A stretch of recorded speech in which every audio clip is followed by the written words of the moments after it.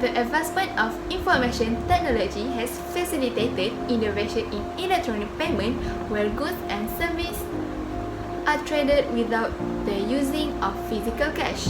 A cashless payment eliminates the usage of money as a medium of exchange for goods and services by allowing electronic transfer payments or non-electronic payments via check. Adopting cashless payment has numerous advantages. Unlike traditional cash transactions, cashless payments discourage robbery and other cash-related crime. So, in this video, we will explain to you about the evolution of cashless payment, cashless technology, pros and cons of cashless technology, and the effect of cashless technology in life.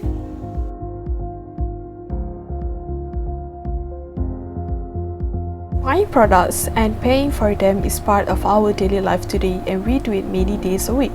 But how did we find ourselves in the situation we know today? Here's the rundown of a key milestones.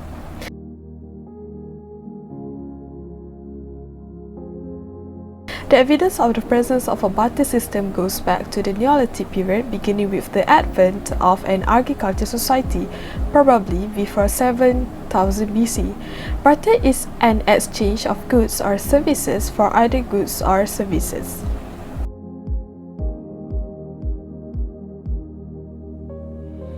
Their first presence dates from around 680 to 560 BC in what is now Turkey. The use of coins increased since barter often presented difficulties for purchase, and some types of payment were perishable so that they could not be collected. The consequences was the development of coins made of precious metals. A circular shape was adopted as the most realistic type.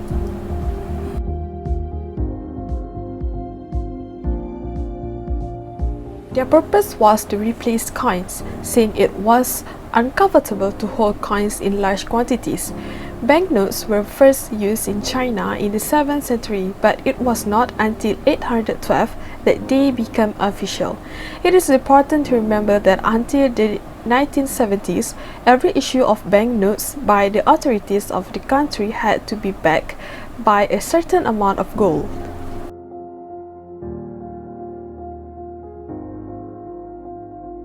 The first credit cards appeared in 1914 when the Western Union Corporation created a loyalty card for its most exclusive customers, allowing them access to a credit line free of charge. However, it was only in 1958 the banks began offering cards as a payment solution. The first card later came to be known as the Visa card.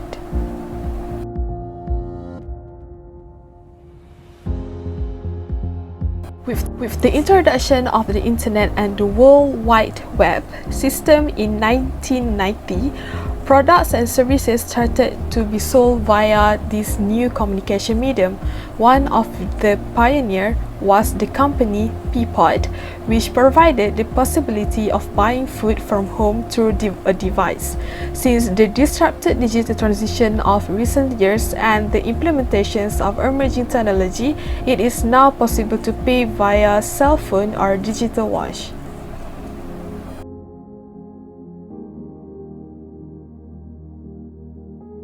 In 1998, Wei Dai suggested the concept of developing a decentralized form of currency that would be focused on cryptography as a means of controls.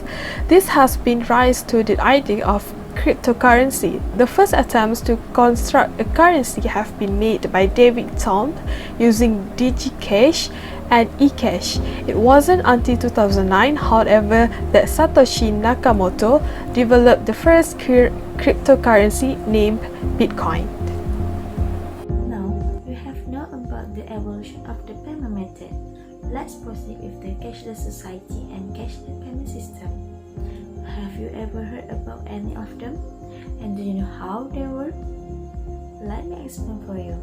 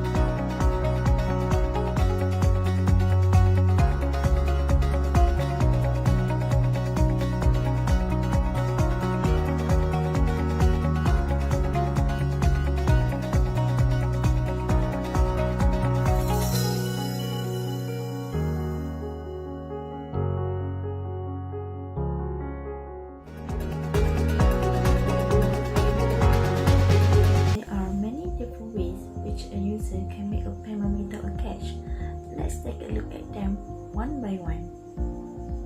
First type of cashless payment method is banking cards. Banking cards like debit and credit card are one of the most used cashless payment methods across the world. The banking card comes with various benefits like secure payments, convenience, and many more. One of the biggest advantages of using banking cards is that it can also be used for making other digital payments. For example, a user can store his or her card information in the mobile wallets or digital payment apps to make cashless payment. Moreover, banking cards also can be used in online purchase, point of sale machine, and also online transaction. There are many names of banking cards like MasterCard, Visa, and RuPay. The second type of cashless payment is mobile e-wallet.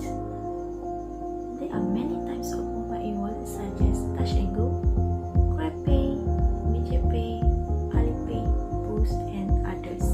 Mobile wallet applications are gaining fast traction because of its fast, secure, and convenient payment method.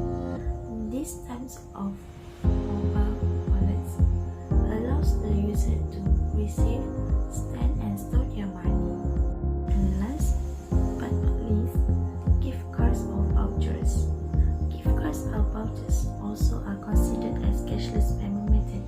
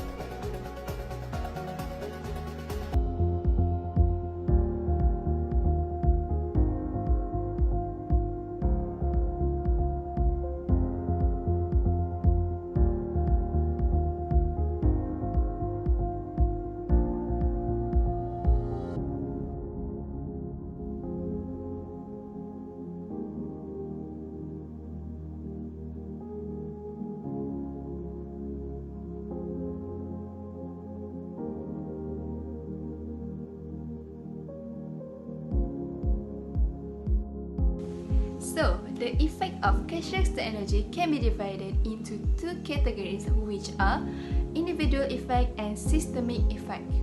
For the individual effect, earlier study by Fox stated that during the 1960s and 1970s, the adoption of electronic fund transfer would serve a substitute for check and cash as a primary mode in the United States. Today, the use of electronic payment has continued to increase due to its convenience, safety, and swift mode of payment. We are much looser with our money when it is only exists in an evasive digital form and often spend money that we wouldn't if we had to make the same transaction with physical cash. The cashless effect is dangerous because it can lead to overspending.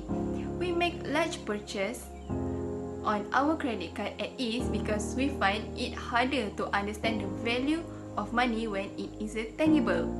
We often forget that a credit card is literally a line of credit that we later have to repay. The cashless effect, because we end up spending more money than we actually have, can quickly cause us to fall into debt. Apart from the financial downfalls of debt, research has also shown that individuals who have debt are twice as likely to suffer from depression and anxiety disorders. For systemic effect, essentially most of the developed world now operates in a cashless society. While cashless societies have always existed in terms of trading commodities instead of cash, in recent years the term has taken on a new meaning. Our trading is almost entirely digital.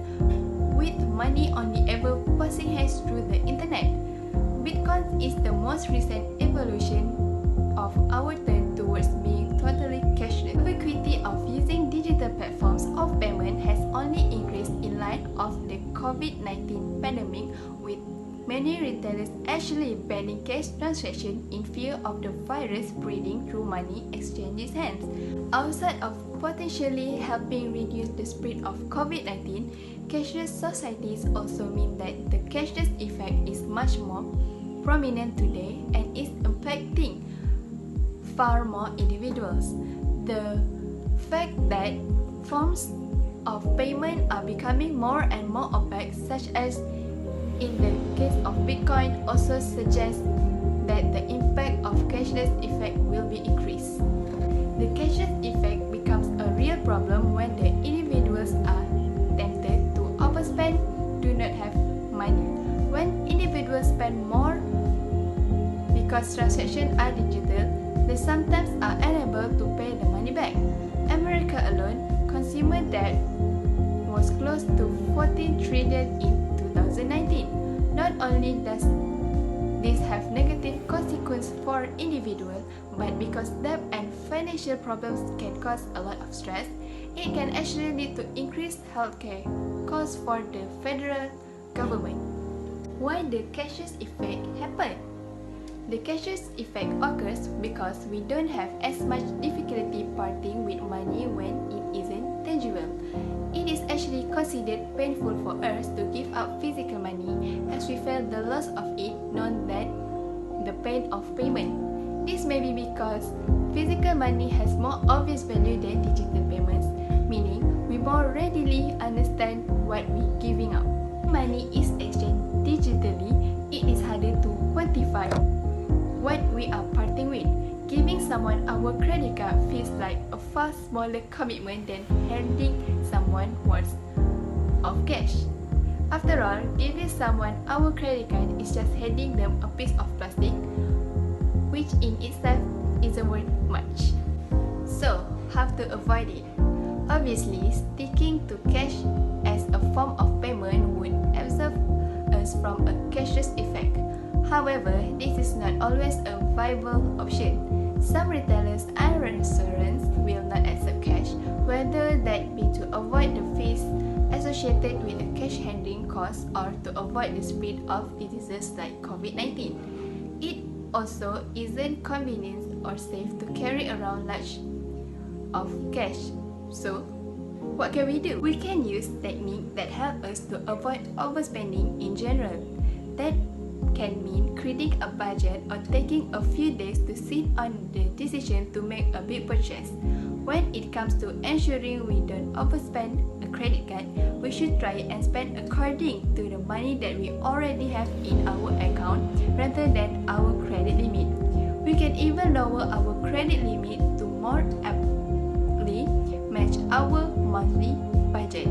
Instead of using our credit card as a way to be able to purchase things we wouldn't be able to afford in hard cash, we should think about whether we would have bought the item otherwise.